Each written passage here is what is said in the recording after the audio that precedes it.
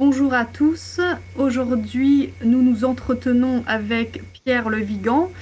Pierre Le Vigan, vous le connaissez sans doute déjà un peu si vous suivez le Cercle Aristote, parce qu'il nous a fait l'honneur de présenter déjà plusieurs conférences. Il a écrit une quinzaine d'ouvrages, notamment, si vous le permettez, je ne mentionnerai que Le Grand Empêchement paru en 2019 aux éditions Perspectives Libres. Et aujourd'hui, il nous fait le plaisir de nous offrir, on va dire, un amuse-gueule philosophique sur Platon. Donc Platon, il écrit son œuvre au 5e et 4e siècle avant Jésus-Christ. Pierre Le Vigan, pourriez-vous commencer par nous indiquer ce qu'il y a de spécifique à ce moment historique? Oui, bonjour à tous, bonjour Marianne Corvellec. Alors effectivement, Platon écrit son œuvre après une période tourmentée, à la fin de ce qu'on appelle, pour résumer, le siècle de Périclès, mais Périclès n'occupe qu'une partie de ce siècle. C'est une période difficile pour la Grèce parce qu'il y a eu la guerre du Péloponnèse, qui a été perdue par Athènes au profit de Sparte. Il y a eu ensuite la dictature des 30, en fait les 30 tyrans, dont un était d'ailleurs de la famille de Platon, et Platon y consacre un dialogue. Et à la fin de cette période, il y a le fameux épisode où Socrate boit la ciguë après avoir été condamné pour, en quelque sorte, irrévérence vis-à-vis des dieux et, en quelque sorte aussi, tentative de corruption de la jeunesse. Voilà. Et donc, en fait, cette période à cheval sur le 5e et le 4e siècle, qui est celle de Platon, est une période de grande désillusion parce que finalement, Athènes, après avoir connu une période glorieuse qu'on pourrait en quelque sorte appeler la période grecque des Lumières, en quelque sorte, il y a la désillusion de l'après-Lumière, le désordre politique, la démocratie dégénérée en tyrannie, sachant que Platon n'aime ni la démocratie, mais encore moins la tyrannie, et une période où beaucoup d'intellectuels, si je puis dire, de l'époque, même si le terme intellectuel n'était pas très prisé à l'époque, mais beaucoup de penseurs se disent que ça va très mal, que c'est la décadence, et qu'il va falloir en quelque sorte reconstruire quelque chose. Voilà. Donc justement, qu'est-ce que Platon va apporter par rapport à Socrate? Alors oui, c'est une grande question parce que, comment dire, presque tout ce que nous connaissons de Socrate, nous le connaissons en fait par Platon. Platon qui en fait un portrait élogieux, très, très favorable, alors que Socrate, en son temps, était, à vrai dire, plutôt mal vu. S'il a été condamné, à vrai dire, c'est pas par hasard.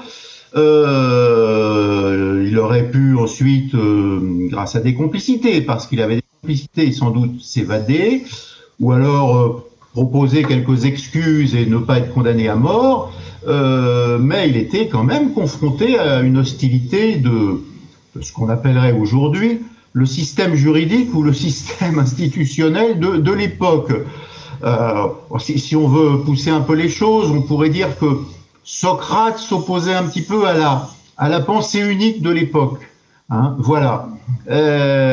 Par ces questions incongrues. Alors, en quoi Socrate était-il incongru et en quoi Platon va au-delà de Socrate, parce que comme vous le dites, c'est tout de même aussi ça la question. Alors, Socrate s'oppose aux sophistes, qui sont des rhétoriciens, qui sont des gens très érudits et très habiles dans le discours et dans les discours et dans le choc des discours. dans la rhétorique, dans l'art de convaincre, dans l'art de façonner l'opinion, la doxa. Donc Socrate s'oppose aux sophistes, mais Socrate est un sophiste lui aussi. Il est toujours dans ce registre du choc des opinions, sauf qu'il explique qu'aucune des opinions des sophistes n'est vraiment très sérieuse, n'est vraiment très tenable. Donc, par rapport à cela, ce qu'apporte Platon, c'est qu'il prend acte avec Socrate de ce que les discours des sophistes ne sont absolument pas en mesure de restaurer la nécessaire vertu qui permettrait de rompre avec cette descente infernale, en quelque sorte, vers la décadence qui est celle de la cité grecque à l'époque de Platon, en tout cas telle que Platon la ressent. Platon ressent vraiment cette impression d'être en période de décadence de sa cité.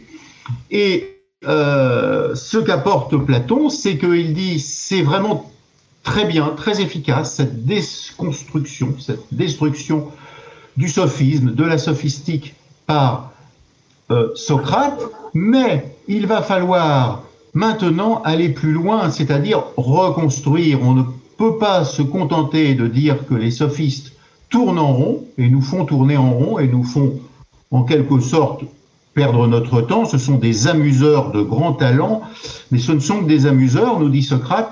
Mais il va tout de même falloir, au-delà de ce constat consistant à tourner le dos aux sophistes, bien, il va falloir se remettre à penser véritablement.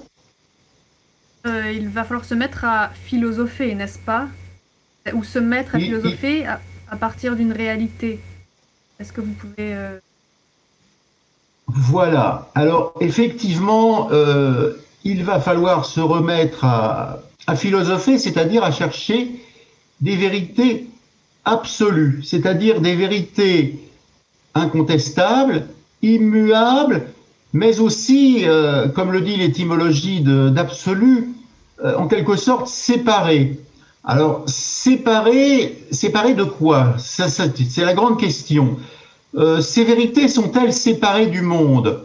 Alors, on l'a beaucoup reproché à Platon. On lui a dit, vous provoquez, vous créez, vous provoquez la croyance en des vérités séparées du monde, séparées du sensible. Pas seulement, sont des vérités qui se distinguent du sensible, mais qui néanmoins ont un rapport avec le sensible. Ces vérités absolues, en fait, ce sont des vérités intangibles qui nous permettent, immuables, un peu comme les astres dans les étoiles, qui nous apparaissent, même si ce n'est pas exact, qui nous apparaissent immuables vu de notre planète. Ce sont des vérités qui ne changent pas et qui permettent de comprendre le sensible. Le sensible, lui, tout au contraire, il est changeant. Il est tout le temps changeant. Et pour le coup, il n'y aurait rien à objecter à Héraclite. Effectivement, le sensible n'est jamais le même d'un jour à l'autre, en fonction même de vous et moi. C'est-à-dire que, eh bien, si vous abordez la Loire par la rive droite, et si moi je suis sur la rive gauche, vous ne verrez pas exactement le même fleuve. Vous saurez, et je saurai, que nous sommes tous deux face à la Loire. Mais la Loire vue de la rive droite ne sera pas exactement la même Loire que vue de la rive gauche.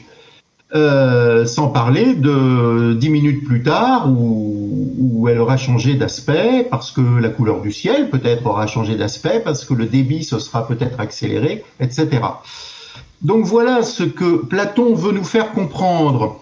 Les vérités absolues, immuables, ne sont pas sans rapport avec le sensible, mais elles permettent de comprendre ce sensible, elles le surplombent en quelque sorte, elles nous permettent de dire que la Loire est toujours la Loire et que la Loire reste un fleuve, même si ce fleuve n'est jamais le même d'un instant à l'autre et n'est jamais le même vu de Blois ou vu de Nantes ou vu de la rive droite ou vu de la rive gauche.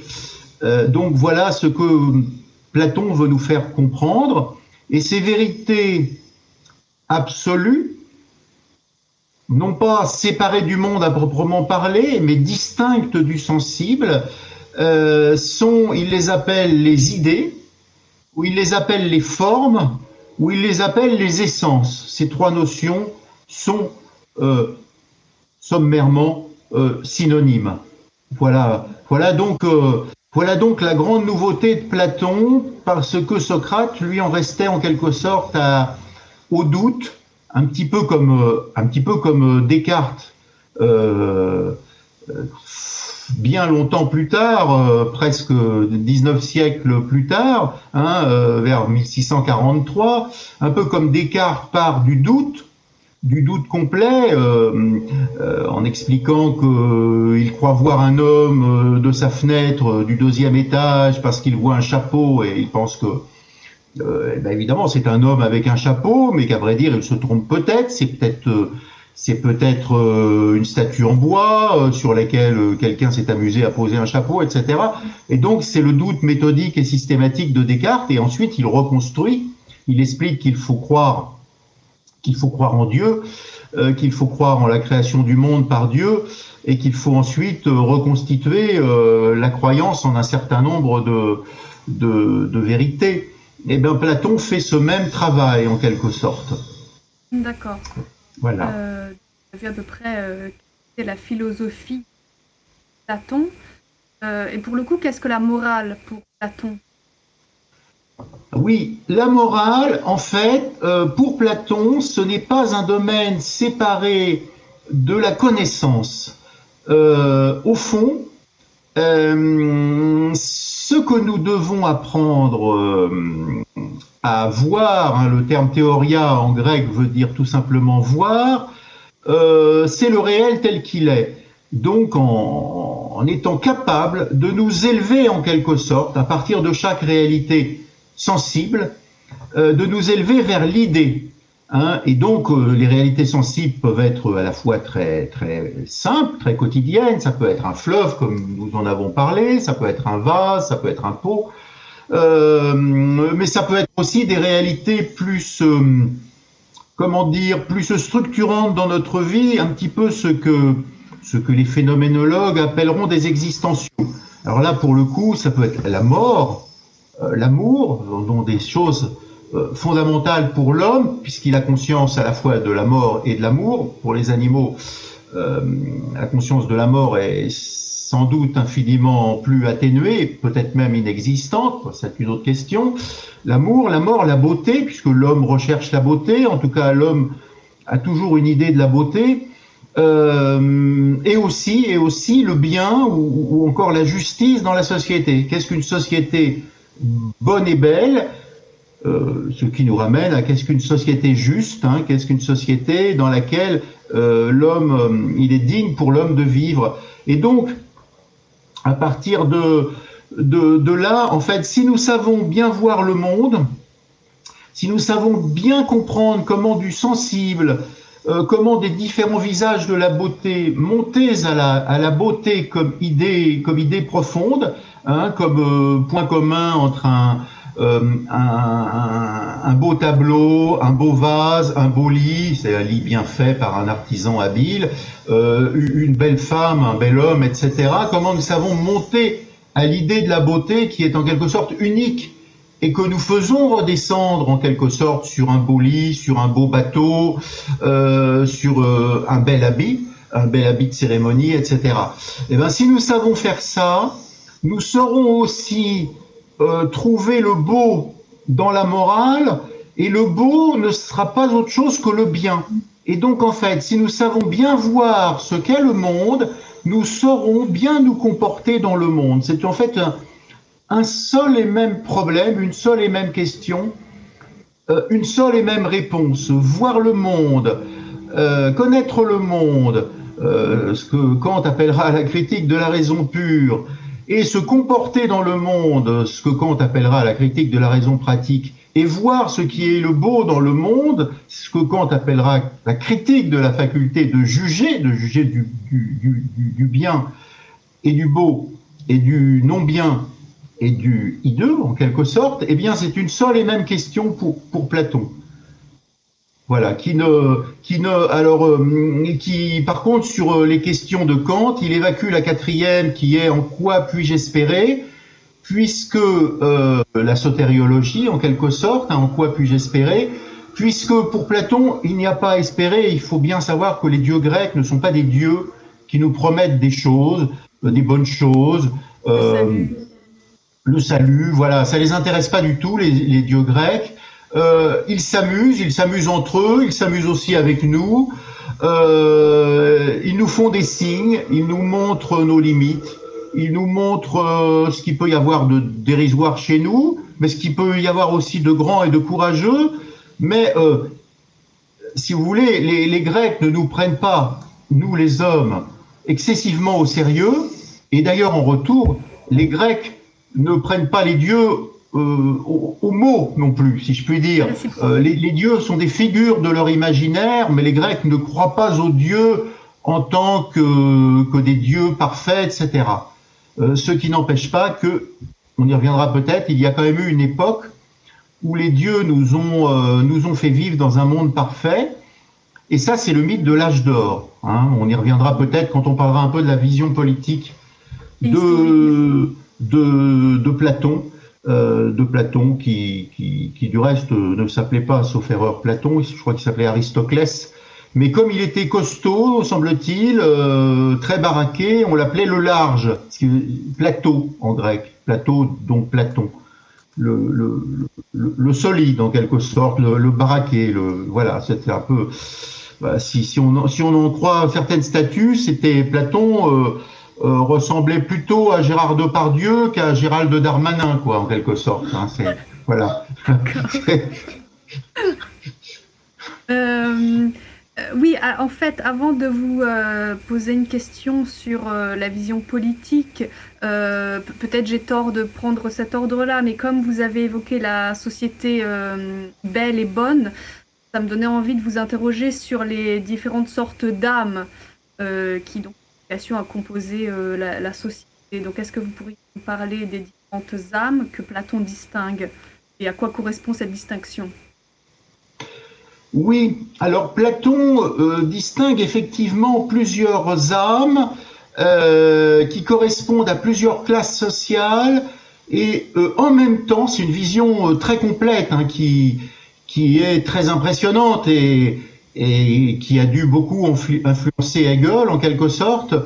Alors revenons donc sur ces âmes. Pour Platon, parfois il dit âme, parfois il dit race. Hein. Pour lui, c'est à peu près pareil. Alors il y a l'âme d'or, et parfois on dit la race d'or. Alors l'âme d'or, en quelque sorte, c'est le cerveau, et ça correspond aux personnes, aux personnalités dans lesquels prédomine justement le cerveau. Alors le cerveau, c'est à la fois la sagesse et le gouvernement des hommes. C'est à la fois la sagesse et l'autorité, au sens de l'autorité politique, de l'autorité publique. Alors ça, c'est donc la race d'or ou l'âme d'or. Ensuite, il y a l'âme d'argent. L'âme d'argent, ce sont les guerriers.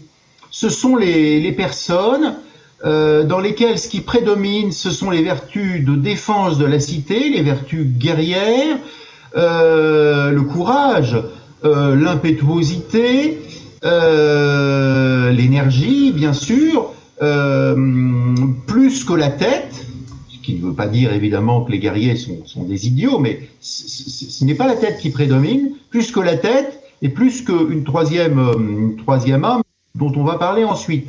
Et donc, pour la race d'argent, qu'on appelle parfois aussi race d'airain, l'élément prédominant, c'est la poitrine. La poitrine et le cœur. Vous voyez, la poitrine et le cœur. Donc, tout ce qui renvoie à la dignité et aussi aux élans, en quelque sorte, aux élans qui peuvent être des élans de courage, notamment, des élans d'impétuosité, des élans de fureur, de furia, furia française, et comme on disait au Moyen-Âge, notamment en Italie, voilà. Et donc, voilà pour la deuxième âme et la deuxième race. Et puis il y a la troisième race, comment dire, qui est la race de bronze, ou l'âme de bronze. Et l'âme de bronze, c'est plutôt l'estomac, Donc c'est la fonction de production, et éventuellement de commerce aussi, puisqu'il faut évidemment aussi transporter les marchandises. C'est l'alimentation de la cité, sans laquelle, sans nourriture, il n'y aurait pas de cité. Ce sont les habits, bien sûr, ce sont éventuellement les ornements. Enfin, c'est tout ce qui est essentiel, voire ce qui est moins essentiel, mais agréable, les tonneaux de vin, etc. Et voilà, et le commerce, qui se développe aussi. Donc, il y a peu d'hommes, qui peuvent être des femmes, hein, du reste, bien sûr, d'hommes au sens générique, il y a peu d'hommes dans la race d'or, puisque ce sont les gouvernants, et les gouvernants sont bien sûr une minorité, hein, sans même aller jusqu'à rappeler cette chose que même à l'époque où les cités grecques ont été plus ou moins démocratiques, ça n'a aucun sens, aucun rapport avec le sens actuel, puisque sur quelques 500 000 habitants d'Athènes et de sa périphérie, il n'y avait que 10 000 citoyens qui avaient vraiment le droit de vote. Hein, donc il n'y a jamais eu de démocratie au sens contemporain. Donc en tout cas, ces trois âmes, ces trois races, qui peuvent correspondre aussi à trois périodes, hein, c'est-à-dire la période idéale, c'est celle où la race d'or domine et où les philosophes sont rois, ou ça marche aussi dans l'autre sens, où les rois sont philosophes. Et il peut y avoir une domination des gardiens qui ont pris le pouvoir, et là c'est beaucoup moins bien. On appelle ça la timocratie. Ça dégénère souvent en pouvoir des riches, et là c'est tout simplement le pouvoir de l'argent, hein, la plutocratie. Et après ça peut être le pouvoir de la plèbe, de la masse, des gens en quelque sorte de la race de bronze. Et là c'est la démocratie, qui est une très mauvaise chose pour Platon. Et alors, comme en général c'est le chaos avec la démocratie, à la démocratie succède la tyrannie, que Platon a connue avec les 30 tyrans, qui ont fini par être chassés du pouvoir. Et c'est aussi une mauvaise chose, parce que même si la tyrannie est une dictature, c'est pas une dictature bonne, enfin c'est pas les pleins pouvoirs du philosophe roi, c'est le plein pouvoir de gens qui ne méritent pas ce plein pouvoir. Donc c'est pas quelque chose qu'apprécie Platon. Ces tyrans ne sont pas des rois philosophes. Donc il faut décidément, c'est ce que constate Platon, tout reconstruire, toute cette échelle des vertus doit être reconstruite, et chacun doit bien faire son métier. Mieux vaut un bon artisan qu'un mauvais guerrier, et mieux vaut un bon guerrier qu'un pseudo-philosophe roi qui ne serait pas vraiment un bon philosophe ou qui ne serait pas un bon roi. Donc voilà, chacun doit rester dans son registre et viser l'excellence dans son registre. D'accord, donc là on retrouve l'âge d'or que vous avez évoqué, et donc la vision politique de Platon. Cet âge d'or aurait existé et il s'agirait de le reconstruire et de le retrouver après Platon? Cet âge d'or était parfait, parce qu'en fait, à l'époque de cet âge d'or, le travail des hommes était fait par les dieux, si je puis dire. Donc c'était plus simple pour nous les hommes. À l'époque de cet âge d'or, les dieux nous faisaient vivre dans ce qu'on appellerait, ce que certains écologistes appelleraient actuellement, la sobriété heureuse. Alors c'était une grande sobriété, mais elle était vraiment heureuse. Il n'y avait rien de superflu. Tout était organisé par les dieux. Nous avions toujours de quoi nous nourrir, mais vraiment rien de superflu. Et les dieux, qui n'ont pas vocation à gouverner le monde indéfiniment dans le monde grec, se sont retirés. Alors ils se sont retirés de la gestion du monde. C'est sans doute parce que les dieux grecs n'ont pas vocation à travailler tout le temps, et que c'est quand même un travail de gérer les hommes. Et donc ils se sont retirés, Et ils nous ont laissé quand même le feu. Bon, c'était quand même, somme toute, un cadeau sympathique. Et puis ils nous ont laissé les industries, le savoir-faire artisanaux. Et ils nous ont dit, bah maintenant, écoutez, vous allez le feu, les industries, c'est déjà pas mal. Et maintenant, vous allez vous débrouiller vous-même. Et alors, évidemment, très vite, nous avons alterné entre plutocratie, démocratie, règne des guerriers, timocratie ou timarchie, etc.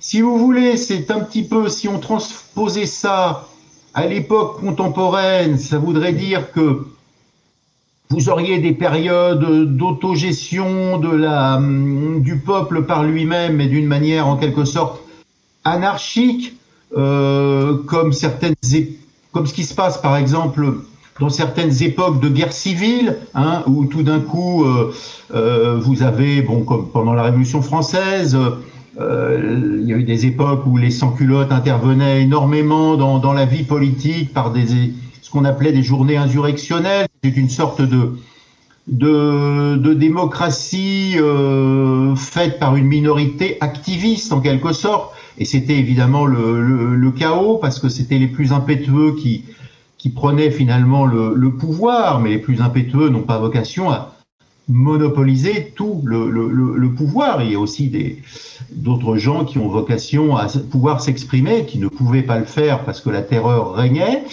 Il y a eu des époques, en partie le fascisme, ou les dictatures militaires, où c'était la fonction guerrière qui prédominait en quelque sorte, par exemple sur la fonction marchande. L'époque actuelle serait peut-être une époque de prédominance de la fonction marchande. À beaucoup d'égards, on peut le penser. C'est les analyses d'un certain nombre de philosophes, comme Diego Fusaro, par exemple. Et alors évidemment, on cherche un peu difficilement des périodes de prédominance des philosophes rois. Alors on pense à Gandhi à certains égards, on pense peut-être à Mandela, mais c'est peut-être faire un petit peu trop d'honneur à Mandela, même s'il a eu quelques qualités, mais je pense que c'est tout de même un peu excessif de parler de philosophe roi. Dans l'histoire de France, on a du mal à trouver des rois qui étaient philosophes. On ne trouve pas de philosophes qui sont devenus rois, ça c'est une certitude. Et on a du mal à trouver des rois même qui étaient philosophes. On a des rois qui ont apaisé les tensions, mais ils n'étaient pas philosophes pour autant. Henri IV, quand il était assassiné, préparait une guerre, donc c'était pas non plus la grande sagesse. Donc voilà. Mais Platon rêve à retrouver cet âge d'or connu avec les dieux, mais à le retrouver par l'éducation des hommes, l'éducation par l'apprentissage des vertus, et donc c'est pour lui un travail nécessaire, c'est pour lui le travail auquel nous devons nous atteler. Et en prenant toutes nos distances avec les superstitions, avec les messages des devins, avec les mauvais poètes, avec tous ceux qui nous font rêver, qui nous racontent des trop belles histoires. Non, Platon plaide pour la rigueur et non pas pour la poésie au sens la poésie qui nous ferait un peu trop planer et qui nous ferait oublier que la vertu s'acquiert avant tout par le travail et le travail sur soi, et non pas par l'attente d'illumination, par l'attente de ce que les chrétiens appelleront plus tard la grâce, par exemple. Non. Tout est travail, et il n'y a pas de grâce à attendre des dieux. Très bien. Peut-être que nous allons laisser Platon aujourd'hui. J'espère que nous nous retrouverons bientôt pour d'autres amuse-gueules philosophiques. Au revoir Pierre Le Vigan. Au revoir Marianne, et à bientôt. À bientôt, merci encore. Au revoir. Merci à vous aussi. Abonnez-vous à la chaîne, n'oubliez pas la cloche.